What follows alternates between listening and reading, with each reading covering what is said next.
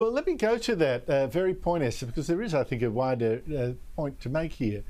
I reckon this should actually end this ridiculous debate about whether Prince Harry should be invited to see his father crowned the next King of the United Kingdom, Westminster Abbey, May 6.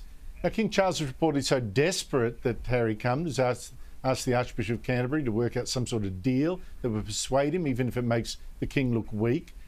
I'm just wondering, how does it add to the coronation? Have a prince who's dominating the tabloids about a sex romp, acted like a bit of a cad, has no judgment about blabbing about private things.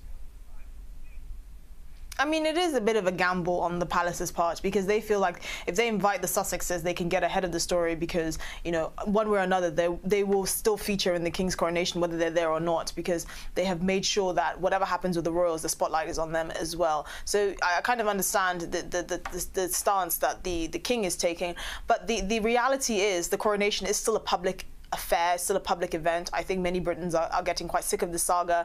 You know, it's a tradition that we love and we just like to perpetuate it and have it relevant to modern times. And I don't think we want to carry on this Kardashian-style ridiculous affair and carry it on to the coronation, which is exactly what would happen if the Sussexes do attend. So I understand it, but the reality is it is a public affair. It is you know, a public event, and we just want to keep it to the immediate royal family, which is the King and William. No, but Esther, I actually want to underline the point you make there. I think King Charles is getting confused.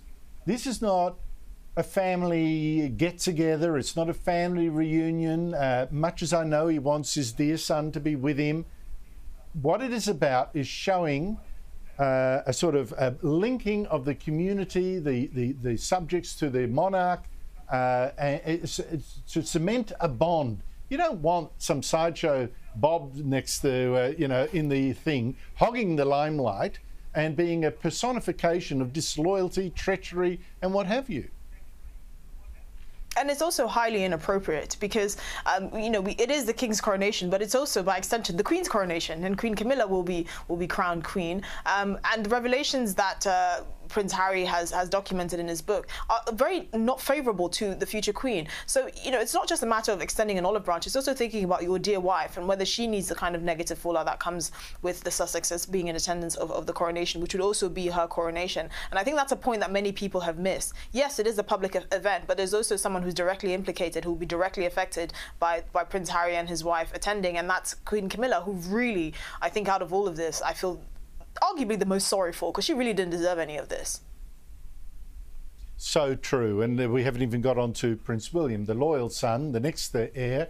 And does he really deserve to have his brother with his shenanigans, you know, taking some of the limelight of a very solemn and important occasion? Esther Krakue, thank you so much for your time. Really appreciate it.